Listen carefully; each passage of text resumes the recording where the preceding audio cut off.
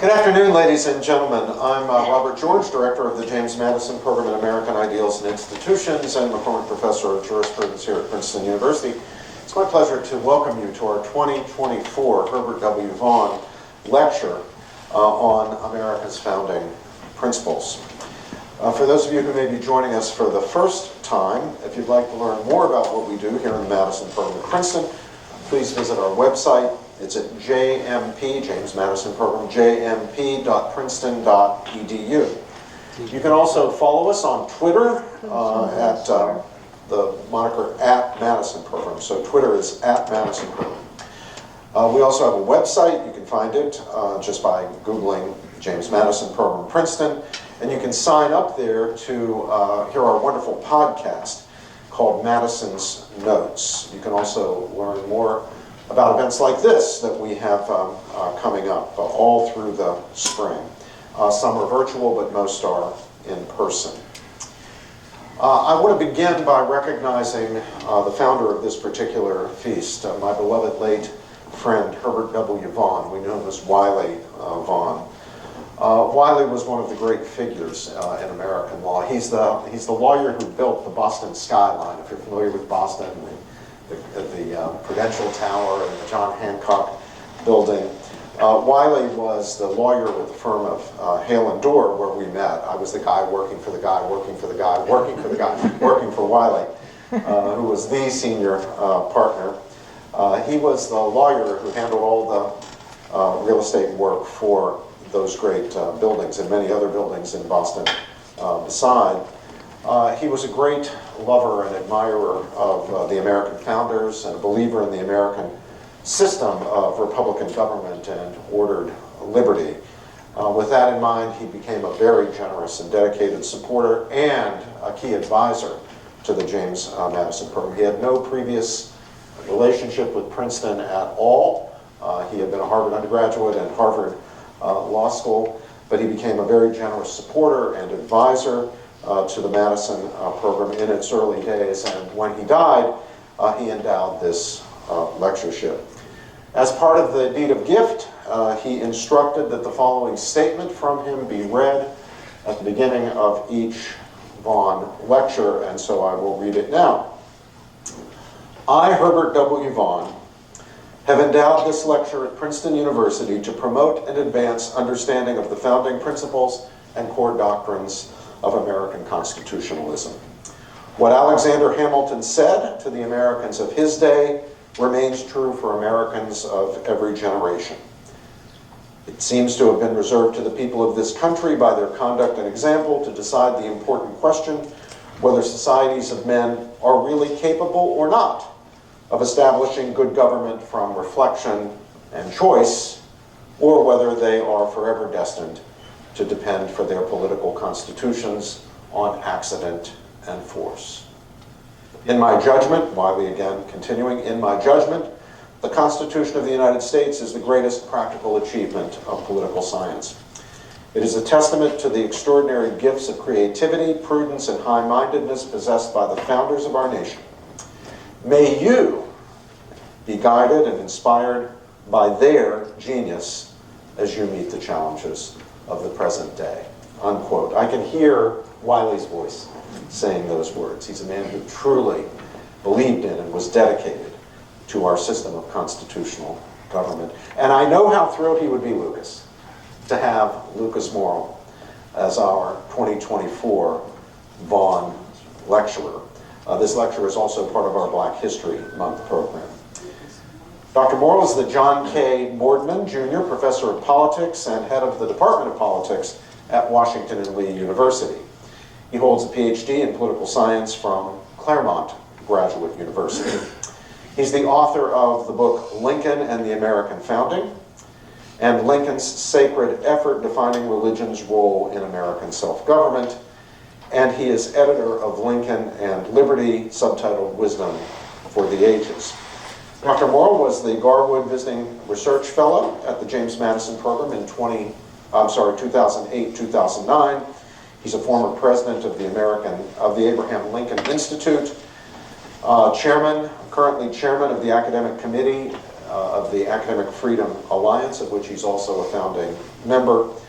He's a consultant for the Library of Congress and for the National Archives, and currently serves on the U.S. Semi-Quincentennial Commission, which will plan activities to commemorate the 250th anniversary of the founding of the United States. Professor Morel and I are working together now on the in the Executive Council of the Salmon P. Chase Center for Society, Civics, and Culture at Ohio State University. One more project on which we're working in order to build educational support for this wonderful experiment in ordered liberty that is the American system. And with that, I have the honor of presenting to you Professor Lucas Morel.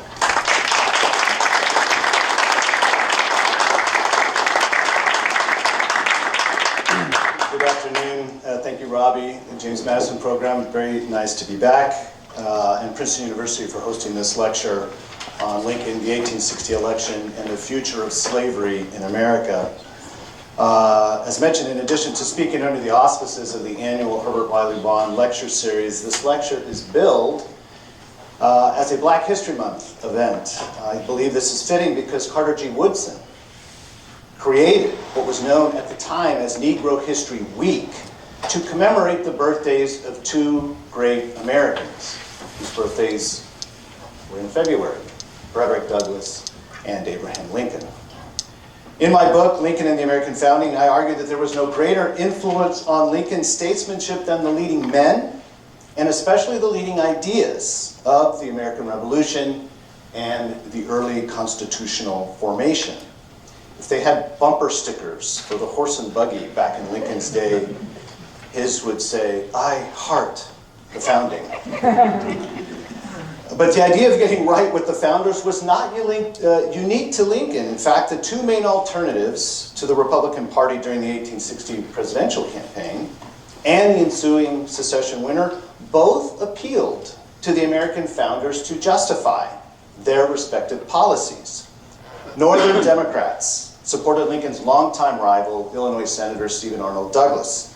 Douglas argued that our revolutionary fathers were unconcerned about the future of slavery in America. He claimed that the founders endorsed what he called popular sovereignty. And for him, this meant local white populations got to choose whether to permit or prohibit slavery. Douglas touted this policy as a form of, wait for it, diversity.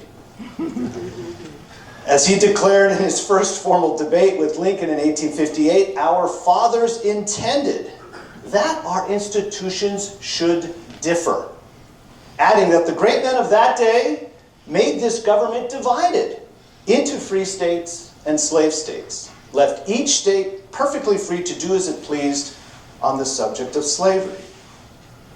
Southern Democrats nominated the sitting Vice President John C. Breckinridge of Kentucky to defend what they called the rights and equality of the states.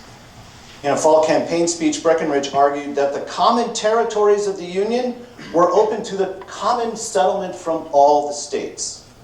The first plank of their party platform declared that, quote, all citizens of the United States have an equal right to settle with their property in the territory without their rights either of person or property being destroyed or impaired by congressional or territorial legislation.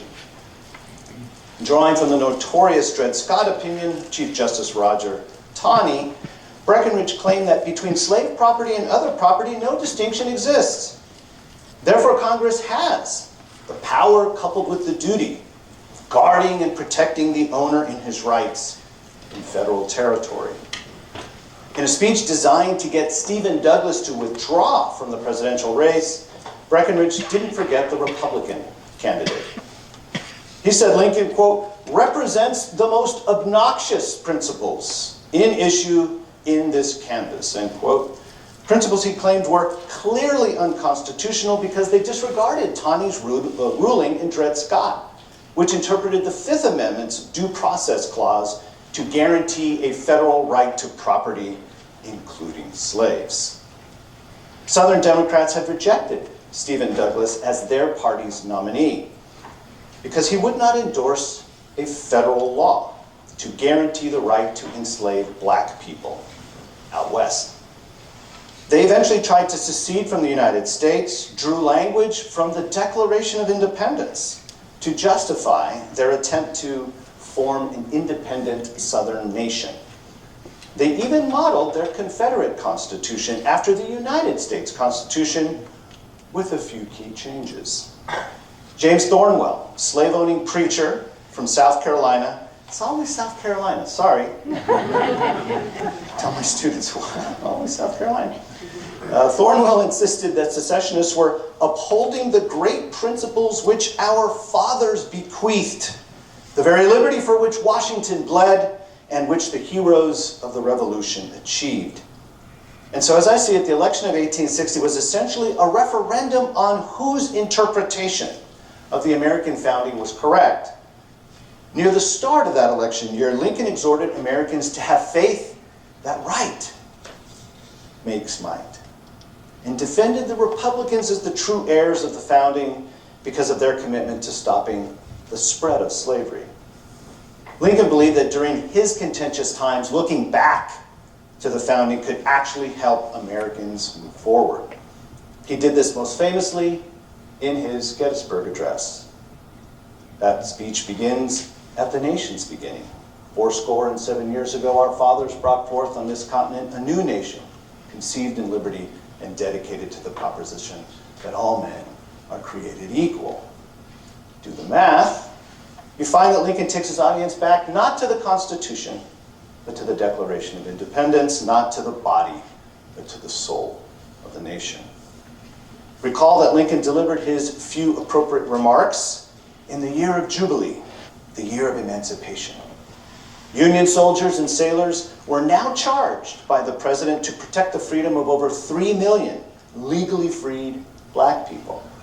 What Lincoln called a new birth of freedom was directly tied to the old original birth of freedom, our first Emancipation Proclamation, the Declaration. Its central idea that all men are created equal described the natural condition of all human beings. So at Gettysburg, Lincoln did not announce a new principle of freedom, but affirmed an old one he learned from the founders when they declared independence. He spoke of the unfinished work to which the living, all the American people, could dedicate themselves. The survival of government of the people, by the people, for the people, would now benefit over 3 million newly freed black men and women. In this way, they could honor the men who fought and died at Gettysburg, those who here gave their lives that that nation might live. In the decade leading up to the 1860 presidential election, Lincoln's appeal to the American founding was not directed at slave-owning Southerners. They had long rejected the view that slavery was a necessary evil. Lincoln's main concern was that white Northerners would be tempted by Senator Stephen Douglas's version of popular sovereignty because it was neutral on the slave question. Douglas believed that whites at the local level, whether in the states or federal territories, had the right to decide the question without interference from Congress. In other words, whether slavery would expand or diminish in the United States under Douglas's version of popular sovereignty would be determined not by a majority of all American citizens, but by a very small majority of those who settled in a given territory. In reference to the enslavement of black people out west, Douglas said, "I don't care whether it be voted up or down." He didn't think his position as a U.S. Senator should have any influence, let alone any authority, over whether slavery was permitted in the federal territories. This indicated to Lincoln that the greatest obstacle to stopping the spread of slavery in the United States was Douglas persuading white Northerners to join him in not caring about the plight of black people in the federal territories. As Lincoln put it, they tell us that they desire the people of a territory to vote slavery out or in as they please. The question arises, slavery or freedom? caring nothing about it, they let it come in. And that is the end of it. It is the surest way of nationalizing the institution, just as certain, but more dangerous, because more insidious. But it is leading us there just as certainly and as surely as Jeff Davis himself would have us go. What made Douglas's don't care policy so insidious was that for slavery to become national, no politician north of the Mason-Dixon line needed to argue in favor of slavery. Simply get white Americans in the free states not to care if the enslavement of people who did not look like them became legal in federal territory. Once slavery was accepted, once it became legal in the territories, Lincoln thought it would become legal in the free states regardless of what their laws or constitution said. Lincoln warned, stage whisper, that popular sovereignty coupled with the Dred Scott ruling would set this policy in motion in a not too distant future. Lincoln argued that when Americans fought for independence and then framed the Constitution, they were, quote, in a certain sense compelled to tolerate slavery. It was a sort of necessity. They viewed it as an evil not to be extended, and within the federal system sought the peaceful extinction of slavery. In 1858, Lincoln said, I think that was the condition in which we found ourselves when we established this government. We had slavery among us. We could not get our Constitution unless we permitted them to remain in slavery. We could not secure the good we did secure if we grasped for more. Having by necessity submitted to that much, it does not destroy the principle that is the charter of our liberties. Unfortunately, with the invention of the cotton gin, slavery soon became a mainstay of the slaveholding states. It was no longer viewed as a necessary evil, but to quote South Carolina, Senator John C. Calhoun, it was defended as a positive good, both for the master and for the enslaved. If white Northerners agreed with Douglas that Congress did not have authority to regulate the domestic institutions of the territories, then Douglas's declared indifference would actually represent, in Lincoln's words, covert real zeal for the spread of slavery. So Lincoln called upon Americans to re-adopt the Declaration of Independence. In so doing, they would not only have saved the Union, but in his words, so saved as to make and to keep it forever worthy of the saving. Following the example of the founders who banned slavery in the Northwest Territory, first under the Articles of Confederation and then under our first federal Constitution, a country worthy of the saving needed to be a country that limited the spread of slavery as a first step to its eventual demise. Lincoln made a correct view of the American founding central to the nation's response to alternative interpretations promoted by influential figures like Chief Justice Taney and Senator Douglas. Unlike Lincoln, Taney and Douglas thought that the Declaration of Independence was true only for white people. They read it that way to defend the slaveholding founders from charges of hypocrisy.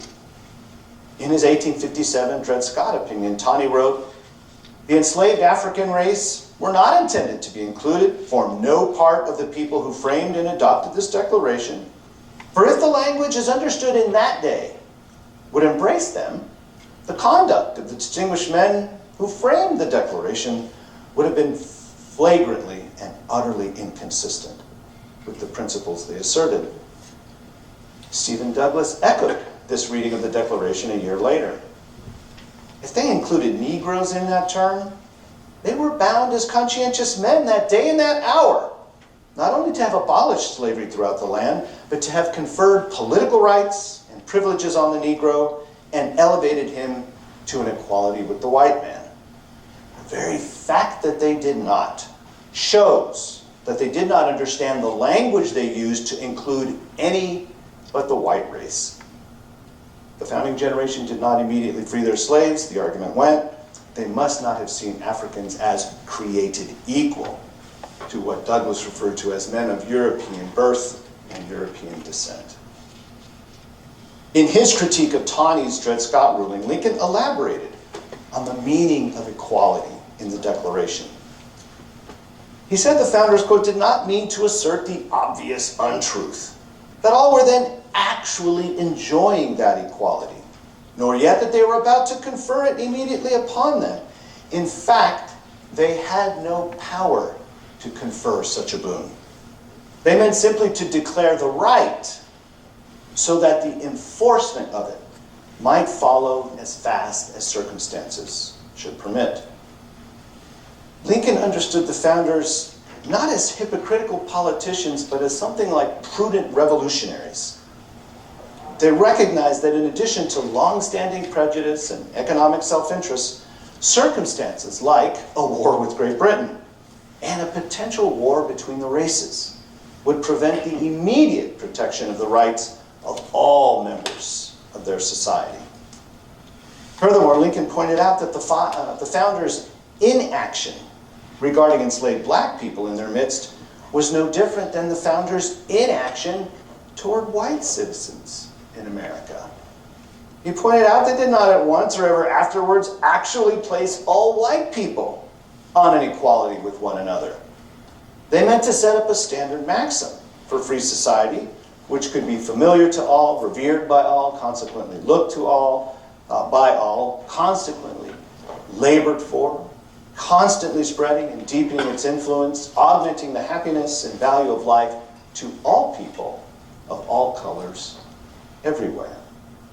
But simply, at the time of the founding, Americans did not believe they could both free themselves and free their slaves, without jeopardizing their political independence and their united form of government. A year after the Dred Scott decision, stopping the spread of slavery in the United States became the focus of Lincoln's 1858 Senate campaign against the incumbent Stephen Douglas. Because of Douglas's Kansas-Nebraska Act of 1854 and the Dred Scott decision, Lincoln believed the expansion of slavery was gaining ground. As he warned in his House Divided speech, June 1858, all that was needed was another Dred Scott decision. Such a decision is all that slavery now lacks, of being alike lawful in all the states. He said, we shall lie down pleasantly dreaming that the people of Missouri are on the verge of making their state free, and we shall awake to the reality instead that the Supreme Court has made Illinois a slave state. Now, some argue in these debates that the race card was played by both Stephen Douglas and Abraham Lincoln. Lincoln's most controversial statements regarding black Americans did occur during these debates. But if Lincoln played the race card, we'll see that Douglas dealt the whole deck. Douglas used race not only to affirm white supremacy without qualification, but also to reinforce it. Douglas constantly accused Lincoln of promoting racial equality. This charge gave Lincoln tremendous difficulty in persuading old-line Whigs in central Illinois to vote for him, as they had no sympathy for the few blacks living in Illinois or anywhere else. In Illinois, white supremacy was not the exception, but the rule. This social context would shape how Lincoln and Douglas appealed to the Illinois citizenry. Illinois was a free state with some abolitionists, but the few blacks that resided in that state possessed few civil rights and no political rights. The 1848 Constitution allowed only white males to vote and serve in the state militia. Illinois statutes barred blacks from serving on juries, offering testimony against whites in courts. In 1853, the legislature even banned the immigration of blacks into the state. Douglas routinely exploited this racial animus by calling Lincoln's party the Black Republican Party, or the Abolition Party. Lincoln responded by tying the future security of the rights of white people to the present insecurity of the rights of black people. Yes, he appealed to the self-interest of bigoted white Illinoisans, but in a way that showed the true basis of their rights. In this way, he hoped that white prejudice would yield to the claims of their common humanity with all human beings, regardless of color. And so in his most controversial statements, Lincoln addressed race in a way that concedes the superior status of whites vis-a-vis blacks in Illinois. But unlike Douglas, Lincoln tried to point whites in the direction of natural equality as the basis of everyone's rights, black or white. In the opening debate at Ottawa in northern Illinois, Lincoln said, "I have no purpose to introduce political and social equality between the white and the black races. There is a physical difference between the two which in my judgment will probably forever forbid their living together upon the footing of perfect equality. Inasmuch as it becomes a necessity that there must be a difference, I, as well as Judge Douglas, am in favor of the race to which I belong, having the superior position." But he then hastens to add, "Notwithstanding all this, there is no reason in the world why the Negro is not entitled to all the natural rights enumerated in the Declaration of Independence, the right of life, liberty, the pursuit of happiness. I hold that he is as much entitled to these as the white man. I agree with Judge Douglas that he is not my equal in many respects, certainly not in color, perhaps not in moral or intellectual endowments, but in the right to eat the bread without leave of anybody else, which his own hand earns. He is my equal, and the equal of Judge Douglas, and the equal of every living man." At a later debate in Quincy, Illinois, Lincoln added, "I am not, nor ever have been, in favor of making voters or jurors of Negroes, nor of qualifying them to hold office, nor to intermarry with white people. I will say in addition to this that there is a physical difference between the white and black races which will ever forbid the two races living together on terms of social and political equality." This, of course, sounds poorly to our modern ears, but they bear close scrutiny as well as comparison with what Douglas said on the subject. Let's look at all of Lincoln's qualifiers. Probably forever forbid living together on the footing of perfect equality, inasmuch as it becomes a necessity, perhaps not equal in intellectual and moral endowments. Why so hesitant?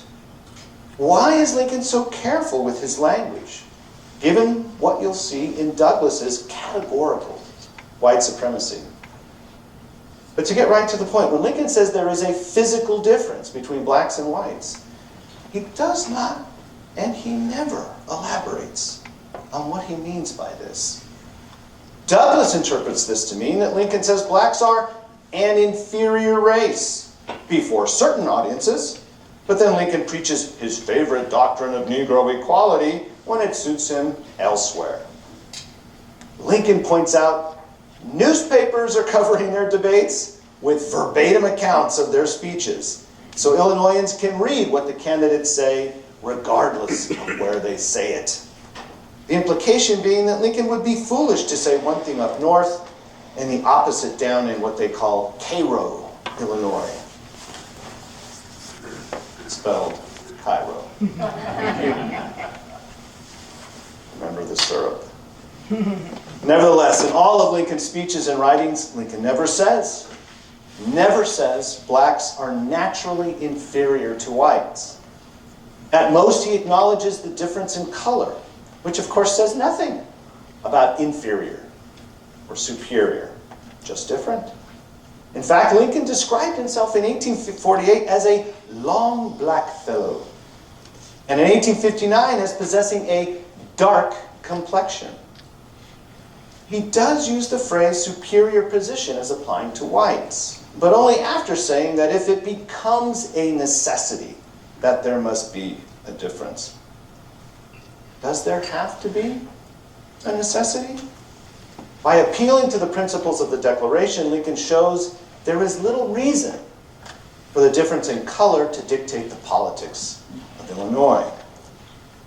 However, given that Lincoln cannot wish away the pervasive and long-standing color bigotry of white Illinoisans, he tries to build a bridge between their current attitudes towards blacks and where he thinks they need to be in order for their own rights to be secure in a self-governing regime. This means that for the time being, he is content to have members of the race to which he belongs in the superior political position. As he said in his 1854 Peoria address, a universal feeling, whether well or ill-founded, cannot be safely disregarded. There is a political reality that cannot be ignored when we evaluate what Lincoln said about race and how he said it. He must be read in light of the main policy about which he is attempting to form a consensus in the mid to late 1850s, preventing the extension of black slavery into the federal territories. If Lincoln cannot get a majority of white Illinoisans to treat the enslavement of black people as a wrong and limiting its spread, how can he even raise the possibility of civil and political equality for blacks along with whites in Illinois? Lincoln's supposedly racist comments indicate less about his personal views and more about the state of public opinion in Illinois and the rest of the northern free states. Given the color prejudice of most white Illinoisans, unremarkable for its time. Given that no blacks were allowed to vote in Illinois in 1858, what is extraordinary is that Lincoln kept bringing up the natural rights of black people during the debates, explicitly reading the black man into, not out of, the Declaration of Independence. Lincoln's statements on behalf of the natural rights of black Americans and the need to put slavery on what he called the course of ultimate extinction stand in bold and noble relief compared with Douglas's repeated proclamations of white supremacy and black inferiority.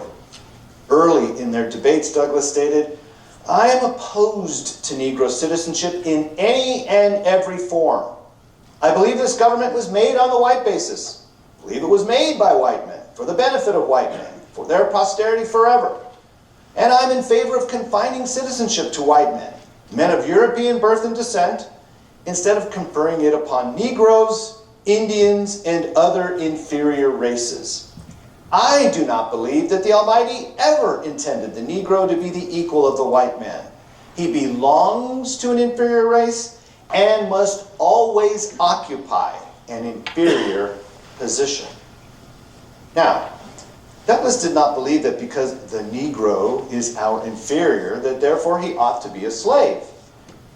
He said, on the contrary, I hold that humanity and Christianity both require that the Negro shall have and enjoy every right, every privilege, and every immunity consistent with the safety of the society in which he lives. So what were these rights, privileges, immunities that should be protected? He was clear. This is a question which each state in each territory must decide for itself. A month before his formal debates with Lincoln began, he said of blacks, equality they never should have, either political or social, or in any other respect whatever. This did not differ from Roger Taney's notorious comment. Blacks were so far inferior that they had no rights that the white man was bound to respect. So the key question is, what did each man do with the prevailing color bigotry of Illinois citizens? Douglas exploits that prejudice, whereas Lincoln, to quote James Madison, and to sneak that in, tries to refine and enlarge the public views. Following his popular sovereignty policy, Douglas begins and ends with the existing prejudice of his white constituents. Lincoln, on the other hand, invites white Illinoisans to consider their low opinion of black people in light of the true basis of their own rights, which is the Declaration's principle of human equality. Douglass would eventually appeal to white supremacy as a Union-saving measure after Lincoln's surprising election to the presidency in 1860, an election that provoked what state? South Carolina to dissolve its union with the rest of the American states. To his credit, Douglass remained a staunch Unionist, but he thought the way to keep slaveholding states from following South Carolina out of the Union was by writing the color line into the United States Constitution. On December 24th, 1860, Douglass proposed two constitutional amendments, what would have been our 13th and 14th Amendment. His proposed 14th Amendment stated, "The elective franchise and the right to hold office, whether federal, state, territorial, or municipal, shall not be exercised by persons of the African race in whole or in part." The contrast between his 14th Amendment and the one that passed during Reconstruction could not be more striking. Where the latter 14th Amendment speaks of the equal protection of the laws, Douglass sought a constitutional ban against black Americans voting or holding political office at any level throughout the United States. If there is anything that distinguishes Lincoln's controversial remarks about black people from Douglass's, it is Lincoln's consistent attempt to get white Americans to acknowledge the natural rights of blacks. What Lincoln, along with the American founders, called a self-evident truth, namely that all men are created equal, Douglass called this interpretation a monstrous heresy. For Lincoln, progress in civil and political rights would never occur until the rights of human nature, the equal possession of blacks and whites to life, liberty, and the pursuit of happiness, were recognized. A year before he was elected president, Lincoln was invited to speak in Boston to mark the anniversary of Thomas Jefferson's birth. He could not make the trip, but he sent a letter that was essentially an ode to Jefferson's achievement in drafting the Declaration of Independence. Lincoln wrote that the principles of Jefferson are the definitions and axioms of free society. He drew from his study of Euclid's geometry to picture the Declaration's principles as the building blocks of democracy. But Lincoln acknowledged that even self-evident truths can be denied and evaded, as was the case when he wrote that letter in 1859. Nevertheless, he insisted, this is a world of compensations. He who would be no slave must consent to have no slave. Alluding to Jefferson's notes on the state of Virginia, he added, those who deny freedom to others deserve it not for themselves, and under a just God cannot long retain it. These were astounding words for Lincoln, the Republican and former Whig, to utter, given the success that states' rights Democrats achieved in donning the mantle of Jefferson, one of the founders of the Democratic Party. Still, Lincoln declared, all honor to Jefferson, to the man who, in the concrete pressure of a struggle for national independence by a single people, had the coolness, forecast, and capacity to introduce into a merely revolutionary document an abstract truth applicable to all men and all times, and so to embalm it there, that today and in all coming days it shall be a rebuke and a stumbling block to the very harbingers of reappearing tyranny and oppression. Looking back to Jefferson, Lincoln looked back to a founding generation that put the principles of self-government in writing, principles he invited fellow citizens to recognize as the true source of their rights, and that obligated them to eliminate slavery as fast as circumstances should permit. After Lincoln's election in the fall of 1860, he received a letter from Alexander Stephens, Georgia Democrat but in the late 1840s, a Whig colleague of Lincoln's during his one term in Congress. In a few months, of course, Stevens would become the Confederate vice president.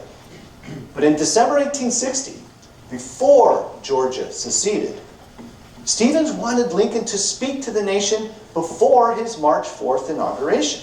In his words, to save our common country. Quoting Proverbs 25, Stevens suggested to Lincoln that a word fitly spoken by you now would be like apples of gold in pictures of silver. Lincoln mulled over that Bible verse, jotted a note to himself, a reflection on what he called the philosophical cause of American prosperity. For someone who had long revered the Constitution and saw the union of the American states as essential to the success of the Republic, Lincoln wrote that even these are not the primary cause of our great prosperity. He wrote, there is something back of these, entwining itself more closely about the human heart.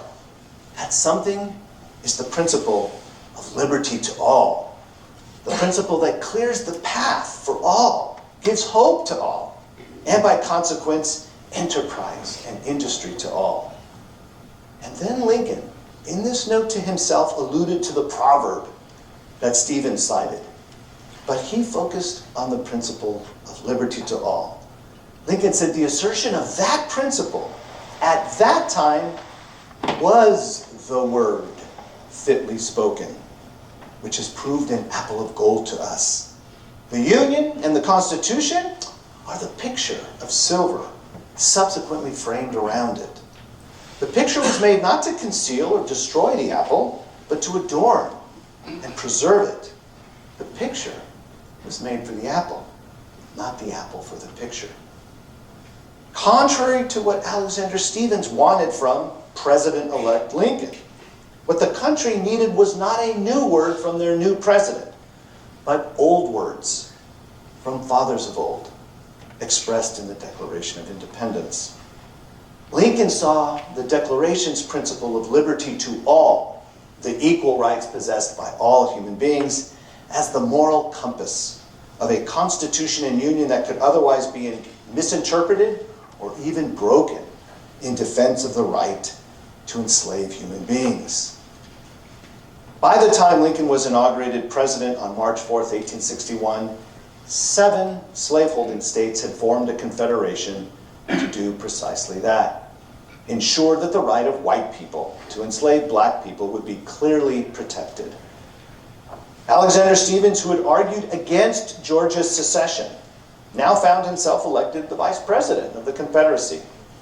He argued that the new Confederate Constitution was an improvement over the old one Lincoln was trying to preserve. It was better not simply because it protected slavery, by mentioning it explicitly, where the original Constitution never even used the word.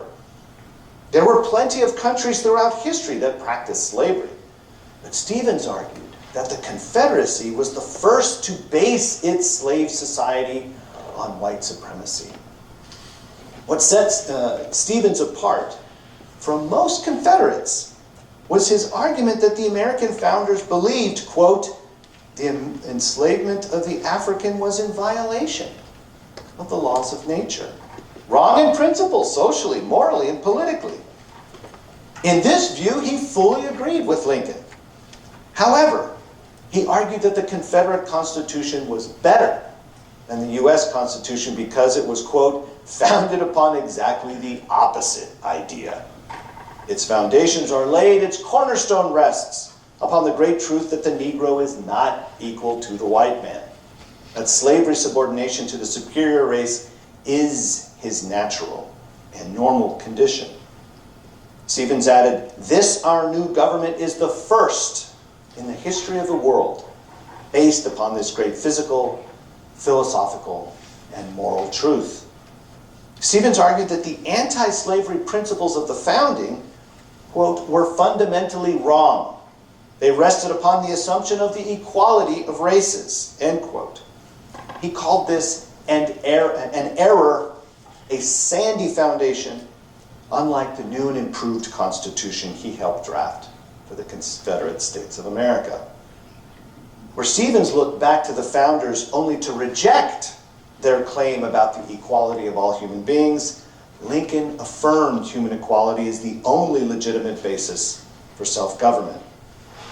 Lincoln's references to the founders centered on how they tried to establish a government based on human equality, but by that very equality, imposed upon them a moral obligation to abolish slavery in a manner that was consistent with the consent that was, as I see it, the flip side of the equality coin. For government simply to do the right thing, but not limiting themselves to the powers delegated to them by the governed, would be to violate the consent of the people. One's very commitment to human equality requires, Lincoln thought, that one seek justice as a matter of law, only by the consent of the governed. This means you must persuade fellow citizens of the justice of your policies by campaigning for and obtaining their votes. Lincoln's respect for the consent of the governed, what he called the sheet anchor of American republicanism, led him, for example, to be scrupulous with regards to how emancipation should be accomplished. That meant in a constitutional fashion, in accordance with consent, especially during a time of war. As he put it late in the Civil War, if slavery is not wrong, nothing is wrong. I cannot remember when I did not so think or feel. And yet I have never understood that the presidency conferred upon me an unrestricted right to act officially upon this judgment and feeling.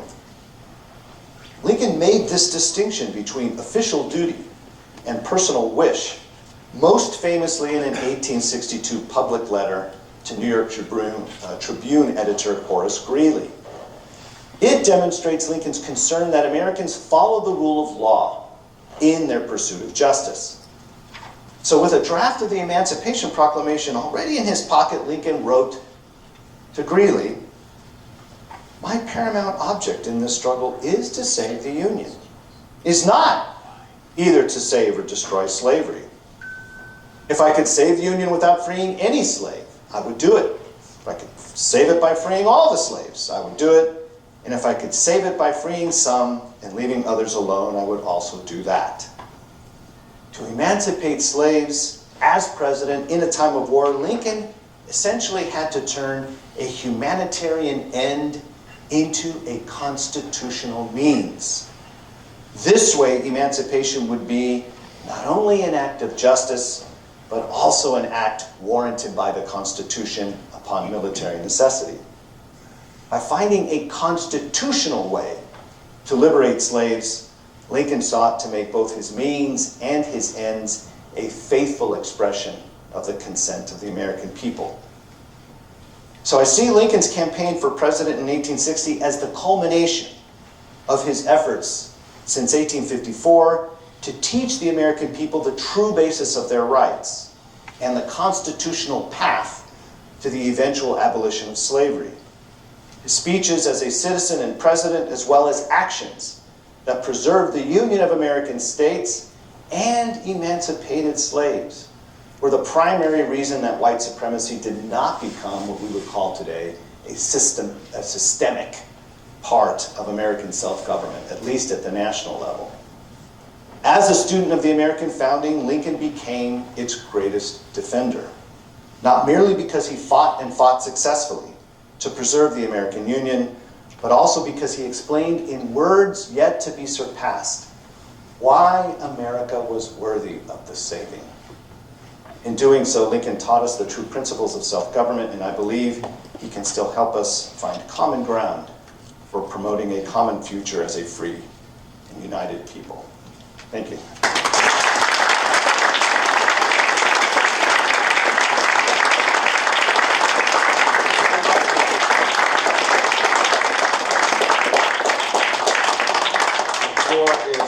We ordinarily give students, high school students, college students, graduate students, students in the extension school. No, we don't yet have an extension school. But when we do, it will be the equal of every other school in this university.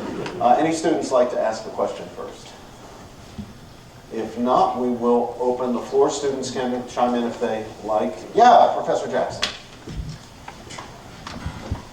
I appreciate your charitable reading of Lincoln's remarks in 1858, especially when you compare them with Douglas. But I worry that even after that, there's still a sort of residuum of white supremacy, even in Lincoln's own mind, the language of superiority. What would you say to this? Again, I affirm the charitable reading, but it can potentially blind us to Lincoln's actual change of mind and growth. You know, I think it was in 1862, as you alluded to, when he offers compensated emancipation to the border states for the last time, including Kentucky, his home state, and it's turned down. It's turned down 3 times. Mm-hmm. That last time, you know, this is the occasion where I think that, coupled with his inviting Frederick Douglass and Sojourner Truth to the White House, made him actually change his mind. And you know, he had formerly, as you well know, favored recolonization of emancipated slaves back to Africa and Caribbean. But I think there was this at least modest change of mind where he came to see we're going to stand or fall as a multiracial nation, and seeing blacks fighting in the war and seeing again the turning down of the compensated emancipation possibility.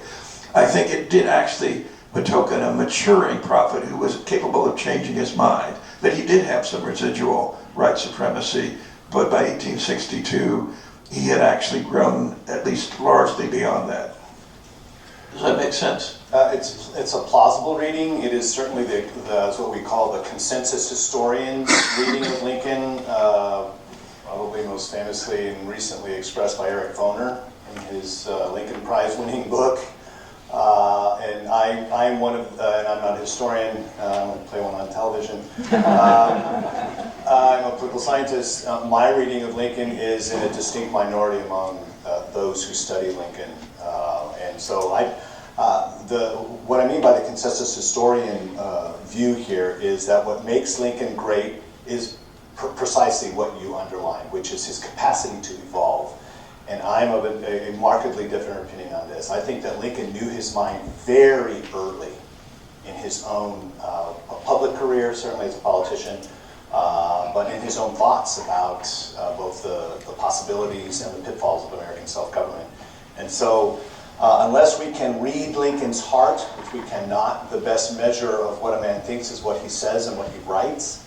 And having read Lincoln on both those scores, my sense of it is we have to weigh that in light of what's also happening around him. So no doubt, meeting a guy like Frederick Douglass in person is a pretty astonishing thing that did not happen for Lincoln until the summer of 1863, though. So emancipation's already a thing, as we say today. We're well into that, what I call the year of Jubilee. And so I think Lincoln before 63 had already understood where the needle had to move. He understood that before he was president. And again, I mean, it drove his campaign advisors nuts when he kept bringing up rights of Negroes, right? Why do you, and I could use a less polite term, they say your, you know what, isms are killing us. It's killing us here. It makes it easy for Douglass to make us look like we're for the dreaded Negro equality. But Lincoln kept doing it. He wouldn't budge on that. And for me, that speaks volumes in comparison to the offer for compensated emancipation. Look, compensated emancipation, which was offered to Delaware in November, and then to all the so-called border loyal slave states in March and then July, which you spoke.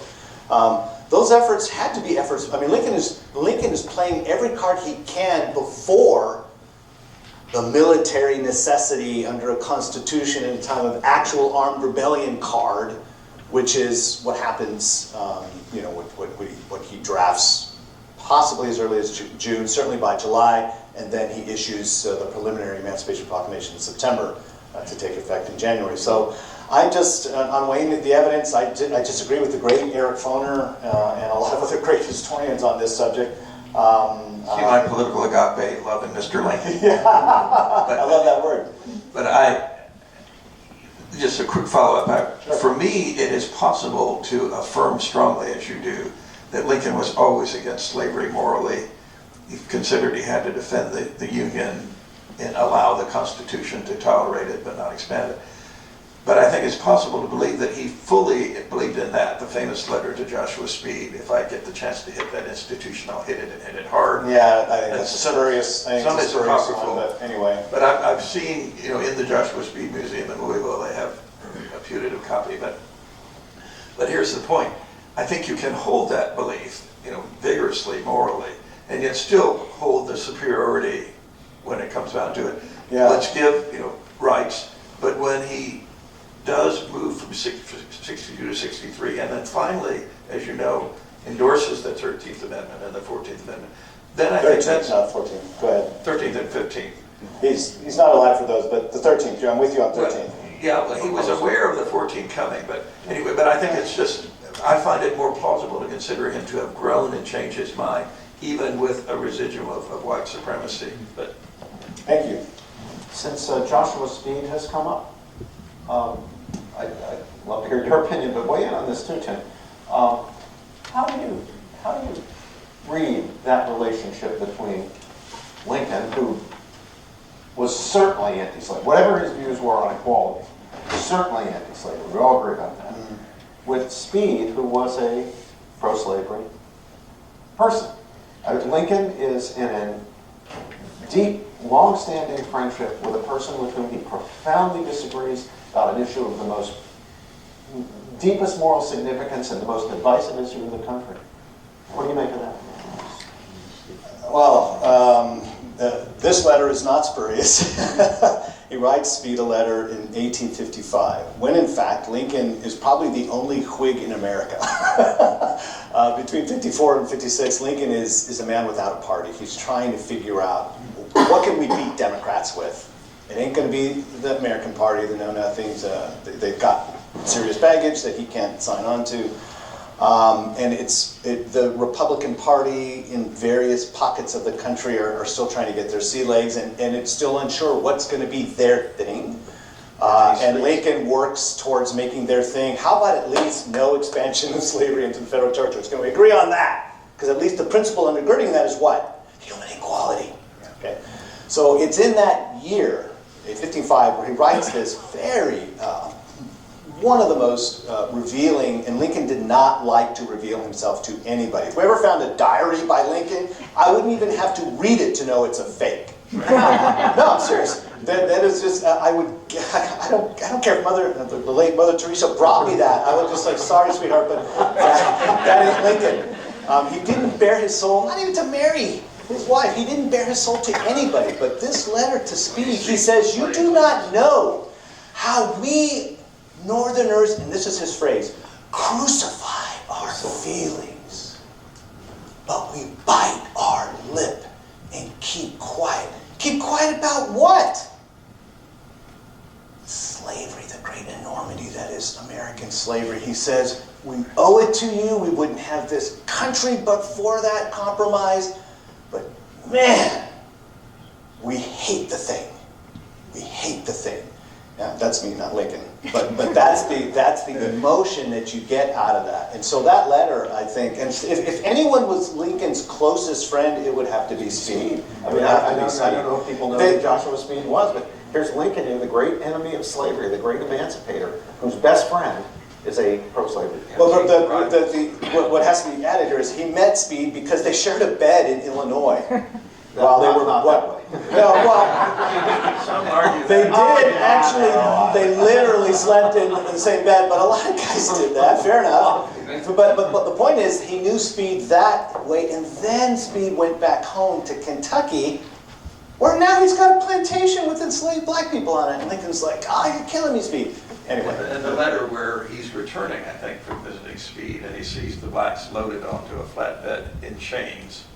And you said, my heart goes out to these people. This was before he had any elected office or ambition, so it was not to try to accommodate the electorate. No, it's a personal It was what letter. he really personally felt. Absolutely. And he condemns it, yeah. Yeah, but he didn't think because Speed was pro-slavery, he had to hate him. Oh no. Yeah, No, team but of it's the rivals, I opposite. think. Yeah, more questions. Yes, is there a hand down here? Yes, sir. Yes, you mentioned in the first Constitution, first federal Constitution, that slavery was banned in the Northwest Territory. Under that Constitution's Under that Congress, yes. Constitution, because I would say obviously it wasn't in the final Constitution, otherwise Douglas wouldn't have anything The to Act argue of about. Congress under the first Constitution, just like the Congress under the Articles of Confederation and Perpetual Union, banned slavery in the Northwest Territory. I'm talking about an Act of Congress, not a constitutional Right. explicit provision. Okay, so when you mentioned the first federal Constitution, are you Yes, sir. referring to the, 1787. are you referring to the Articles of Confederation? Or? No, 1787. Okay. So That was ratified the following year. okay, but you mentioned the first federal Constitution, so I'm a little confused. But my mistake. I thought it was understood because I mentioned the Articles already. So that was technically our first federal Constitution. But the problem is that Constitution was more like a league. It wasn't real. It wasn't what they would call a government proper. That happened when the legislature could actually pass legislation, that is to say, laws that applied not to states but directly to individuals. Kind of skirted around the states and applied them to individuals, knowing that the states participated in the U.S. Senate. So what I meant is Articles of Confederation, that Congress banned slavery in the Northwest Territory, but under a new federal government, that law didn't necessarily have to apply under this new regime, and that regime said, hey, we pass it without changing a comma, as far as I know. But then Congress did pass a resolution banning it in the Northwest Territories? Yes, sir. Okay, so what grounds did Douglas have to stand on? Was that still in effect? Whenever Lincoln would point out what the federal government actually did, especially early on, because after a while the federal government didn't do a whole heck of a lot in terms of trying to stop the spread of slavery, Douglas would say, okay, that makes for good book law. I know I'm on dangerous turf here with Robbie up here. That makes for good book law, but let me tell you how things really work. They may have banned slavery in the Northwest Territory. Guess what they still did there? Enslaved black people. In other words, he says, what happens on the ground is what's actually legal, if you will. And that's why he was an inveterate champion of what he called popular sovereignty, which means local, parentheses, white, but local populations get to decide what's going to happen here. Regardless of what laws were on the Absolutely. That's why he says Congress, on the slavery question, Congress shouldn't even bother here. Because he says, look, if we had waited for Congress to ban slavery, it'd still be legal. In New York, New Jersey, all the others, Massachusetts, all the other states, Massachusetts, that was banned by court edict in the early 1780s, but in the 6 or 7 states that actually banned slavery after the American Revolution and after the Constitution was formed, Douglas says, look, for you who are interested in the March of Freedom, how did freedom come to those states, those former original 13 colony states? He said, it's because they decided to get rid of slavery. It outlived its usefulness. They didn't need a congressional edict. So Lincoln, he would say, and this is a powerful, plausible argument, but ultimately not a logical one, Douglas thought, you know what, if Lincoln had waited or had wanted it to be a congressional way to get rid of slavery, we would have been all slavery throughout the United States. Slavery would not have been banned in the states. So he was using that's what I've jokingly referred to as the argument of diversity. Douglas thought diversity is the way you preserve self-government. It's local populations deciding what their populations can find useful or not. But he was a categorical white supremacist. So the opinions of black people mattered this much in terms of the formation of public opinion. Lucas, the original Republican platform, 1856, pledged the party to fight the twin relics of barbarism. The first relic, of course, is slavery. The second is polygamy. Polygamy. And so don't ask me about polygamy. So the idea is that the federal government could and should, on the basis of the evil of these immoral acts, dictate its policies in the territories. Territories, yes. Territories to uphold public morality. Yeah, they could regulate the territories. What was owned by everyone was to be, if you will, governed by everyone, and the government by everyone is the Congress. And so, it was in 1856. But it meant that, I think the claim made clear that if we can do that in the case of polygamy, about which there was very little controversy. Right. Then the principle had been established that we could do it in the case of slavery. Right, and that's why the Dred Scott opinion of the following year just blew that up. There's a hand up. Oh, yeah, right right here, yeah. Right up. If you're not a student, you look like one. spitting image. This is what a student looks like, by the way. Thank you. This is a good look. Thank you. I had a question about the rhetoric that Lincoln used in the 1858 campaign. It appeals to me he appeals more to bringing people into the manifolds, the folds of the Declaration, more kind of ideological language, whereas Lincoln kind of originally developed this anti-slavery attitude on the basis of free labor. So I'm wondering why he didn't appeal to free labor as much in like the 1858 campaign. Was he worried about like white voters fearing that freed slaves would threaten their economic standing? No, in fact, and Eric Foner is actually quite sound. He's probably the best on this in terms of the formation of the Republican Party. Is free labor, free soil, and sometimes they would add free whites. In other words, what we want is we don't want slavery out in the territories because we don't want white laborers competing with enslaved black ones. That was an unstated premise that was stated by a number of Republicans at the time. For Lincoln, that wasn't going to help him do, I think, the thing that was most urgently needed, which was, yes, look, I don't have any blacks that I can appeal to vote. There's like 5,000, 6,000 blacks total in the state of Illinois. Hundreds of thousands of white people. Puny percentage of the population black. They still don't want them to have rights. They certainly don't get to vote. So Lincoln doesn't have a constituency to appeal to blacks to. His constituency is white, and it is pervasively bigoted towards black people. And so what he does, my sense of it is it's not enough to make the free labor argument.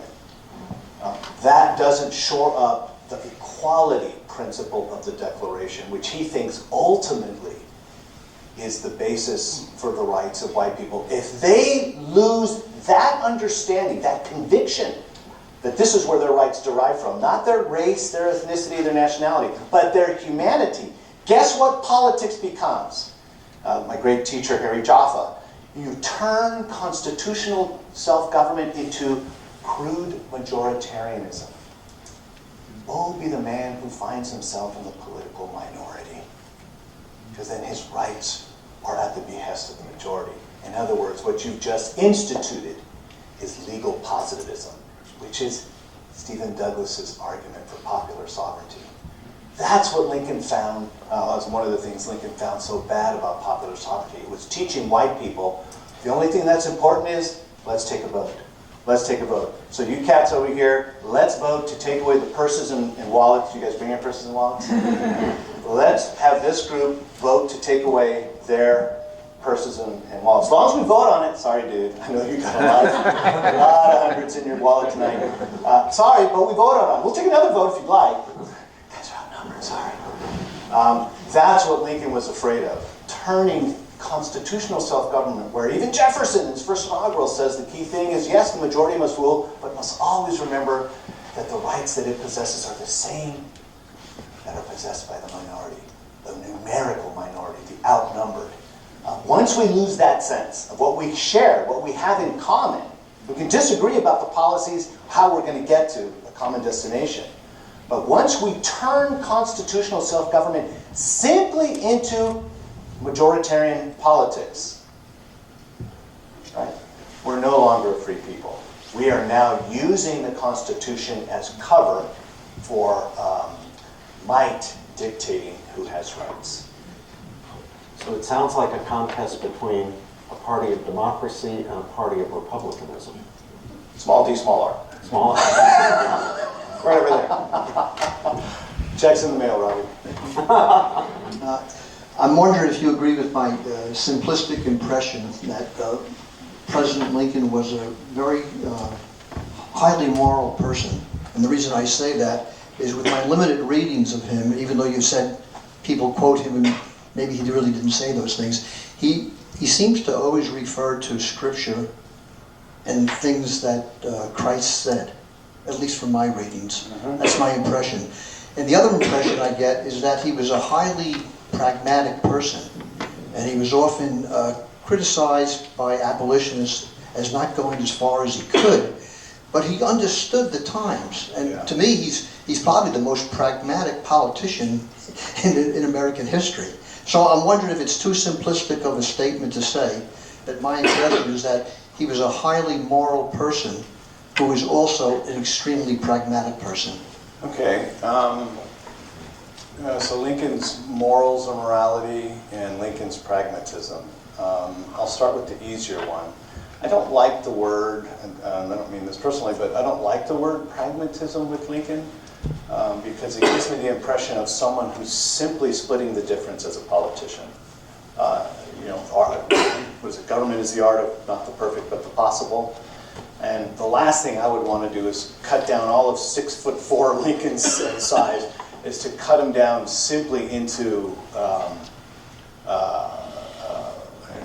the Tip O'Neill of his day. I think Lincoln had a principle that was driving any concessions, any half a loaf is better than nothing policies that he would promote, right? Recognizing the Constitution, in his mind, did not empower Congress to abolish slavery where it already existed, where it existed prior to the formation of the Constitution, which is the states. And so, for me, the term I prefer for Lincoln is that he was prudent, not pragmatic. Pragmatic is too much, as I say, splitting the difference without too great a concern about advancing principle. And Lincoln, if he's known for anything, is he's rhetorically constantly advancing the principles that undergird our self-governing way of life. So I prefer prudential. I'm an academic. I got to split hairs, and so I'm going to go with prudence rather than pragmatism. The more nuanced point is the first one, which is Lincoln's morality. Lincoln, of course, was famously unorthodox in terms of his at least doctrinal beliefs derived from the Bible. That's a long-winded way of saying he was an unorthodox Christian at best. My very good friend Alan Gelzel, we're both evangelical Christians, and we disagree about the extent to which Lincoln was a Christian. Alan thinks, no, he wasn't a Christian. And Alan, depending on what day of the week it is, and I hope this is recorded, this is for you. He actually called me to explain why he couldn't make it tonight. Alan, again, depending on the day of the week, he either concedes that Lincoln believes in a personal God, or then if it's Friday, Alan thinks, no, he just thinks that Lincoln was a fatalist, it's a universal force, or something like that. But on a good day, and in Alan's best books, Lincoln believed in a personal God.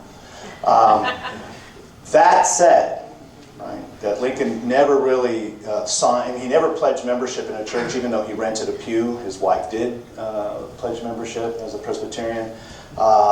Lincoln's morals came from a number of sources. The Bible was a strong influence on him, but he also read Aesop's fables, he read Shakespeare, which of course is influenced by the Bible. In terms of quoting Jesus, for me, the culmination of Lincoln's thinking religiously, which you have to take into account that the context is political, is his second inaugural address. And there he quotes both the Old and the New Testament, okay? Especially in that all so pivotal third paragraph. So I think Lincoln got his morals honestly, in the sense that even though he would not consider himself a card-carrying Christian, he certainly valued the morality of the Bible. But I think there were certain things, like, for example, being anti-slavery, Lincoln said, we don't need the Bible to teach us that slavery is wrong. And so Lincoln was willing, he appreciated the influence that the Bible had on the majority, the vast majority of Americans, the Americans that lived in Lincoln's time. But he understood that people could be of good conscience without being shaped by Torah or the New Testament. That's my sense of it. Yes, we have a microphone now. You better have a good one, because I dissed you guys earlier. I'm an audit student. Would you comment on the fact that there were thought that Lincoln felt that as long as it didn't spread, slavery didn't spread into the territories, that eventually, if they left it alone, it would go away in the South.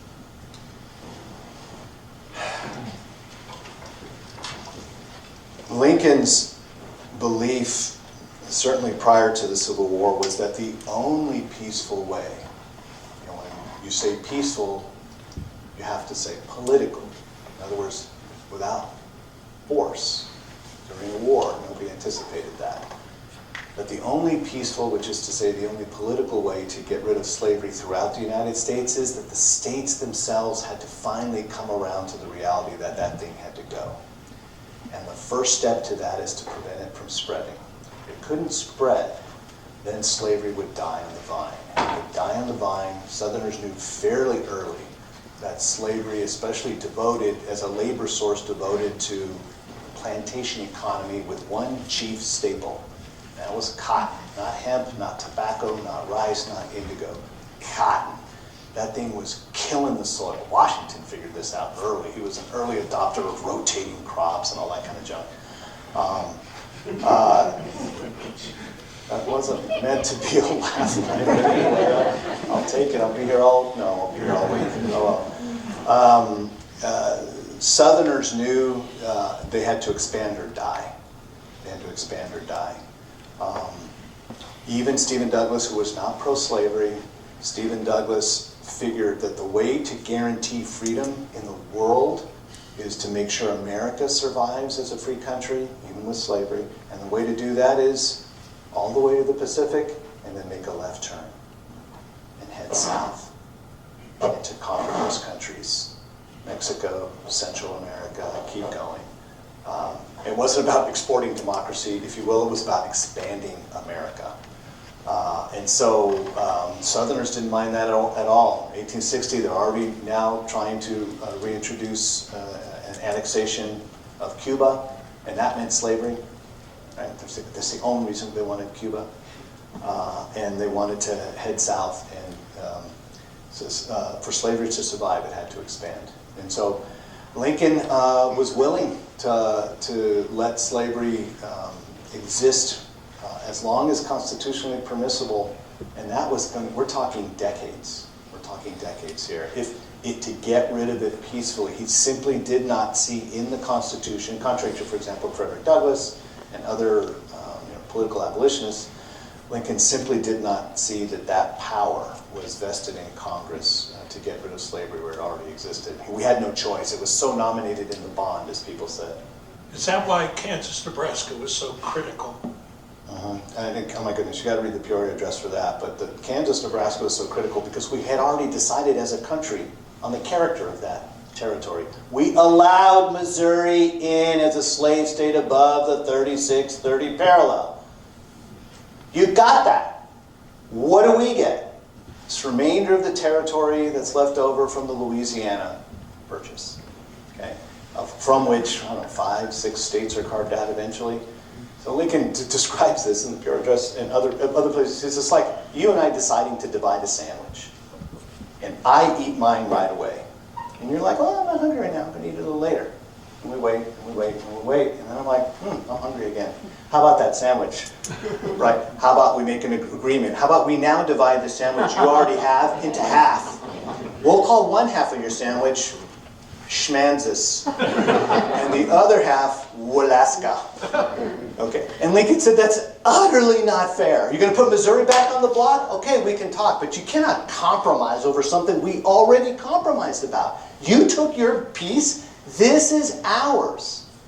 And slavery, who's going to make compromises now, knowing that these can just be overturned down the road? So there were manifest injustices involved. Political and principled ones in terms of the Kansas-Nebraska Act.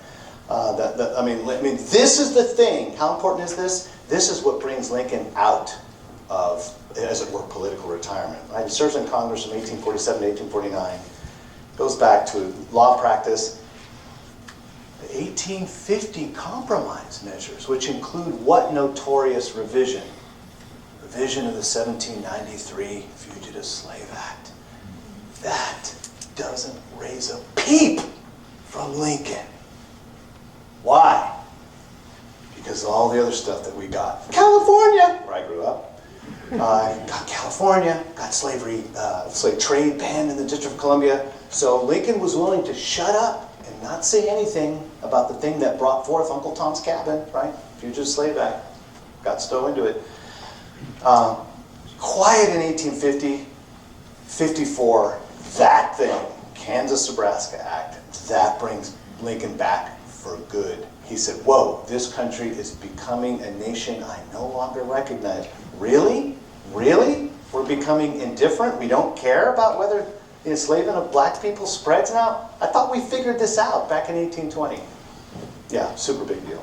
Back to the gentleman's first point, Lucas, would it have been truer of the founding generation that there was the hope that slavery could just simply die out than it would be of Lincoln's generation because of absolutely. technological changes? Yes, absolutely. Oh my goodness, yeah, the cotton gin. I mean, nobody anticipated the cotton gin. After, I mean, remember that key date, 1792, 1793, the introduction of the cotton gin. You talk about technology. Sorry, as crude as that instrument was, that was a technological innovation. Nobody saw that coming. Yeah. And yeah. The AI of its time. Mark O'Brien. Lucas, I must admit that I find a certain appeal to popular sovereignty. It sounds We'll talk. a lot like a New England town meeting democracy.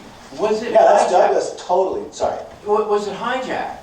Absolutely. Was it hijacked by Douglas, or was it created by Douglas in order to exploit an opportunity? Well, the easy historical point is it wasn't created by Douglas because it was Lewis Cass of Michigan who really came to fame as introducing that policy as the American policy. Driven by race concerns? You got me there. I haven't read as much in Lewis Cass to confirm that. I hate to speculate, but I don't know if it was chiefly driven by that. But certainly Douglas, if anything, he hijacked Lewis Cass's policy of popular sovereignty. And my goodness, Douglas did his homework. He would study the conventions of the Second Continental Congress in 1774, 74, 75, 76. And what he does is he discovers, wow, one of the complaints, of course, is that King George III, that deleted paragraph from Jefferson, where Jefferson condemns King George III for prostituting his negative by quashing any colonial attempt to ban the importation of slaves. Those are shot down, one after the other. Virginia, Georgia, other colonies had attempted to stop the importation of slaves.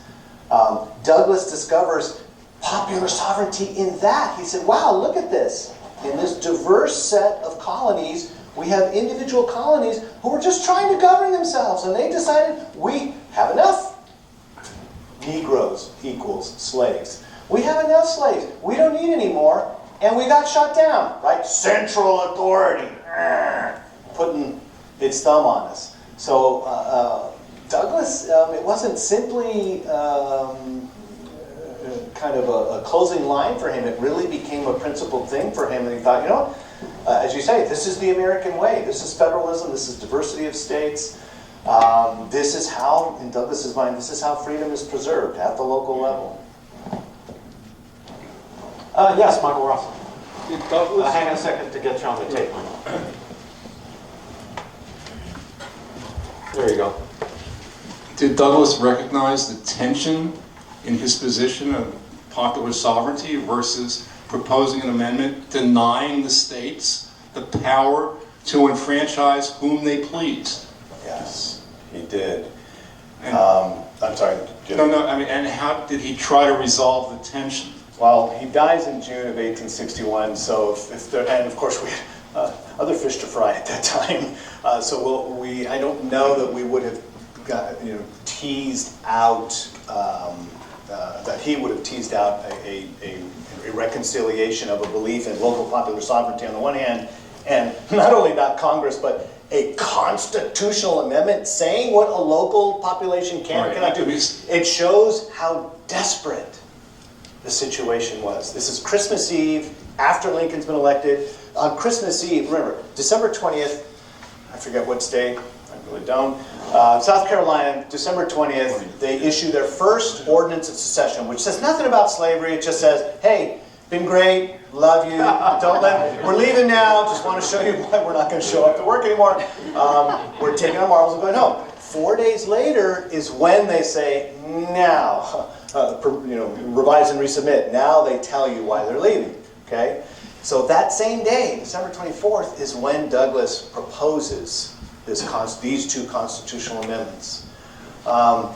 Earlier, late February 1860, Douglas says in a speech, so this is the election year of 1860, Douglas says, we want territories for white people, and hey, to use the locution of the day, Negroes can go to the territories too, but they don't get to vote, and they don't get to hold office.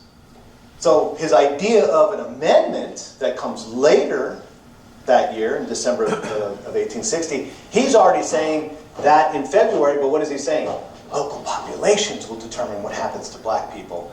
By December, with South Carolina out and other states already seizing forts, munitions, etc., it's only a matter of time before the Deep South joins South Carolina, and Douglas is doing what he can to shore up Union sentiment. And he says, let's put the color line in the Constitution. That should put their minds at ease. He says other things, of course, to keep the Union together. That an election of no man will break our Constitution, will break our Union.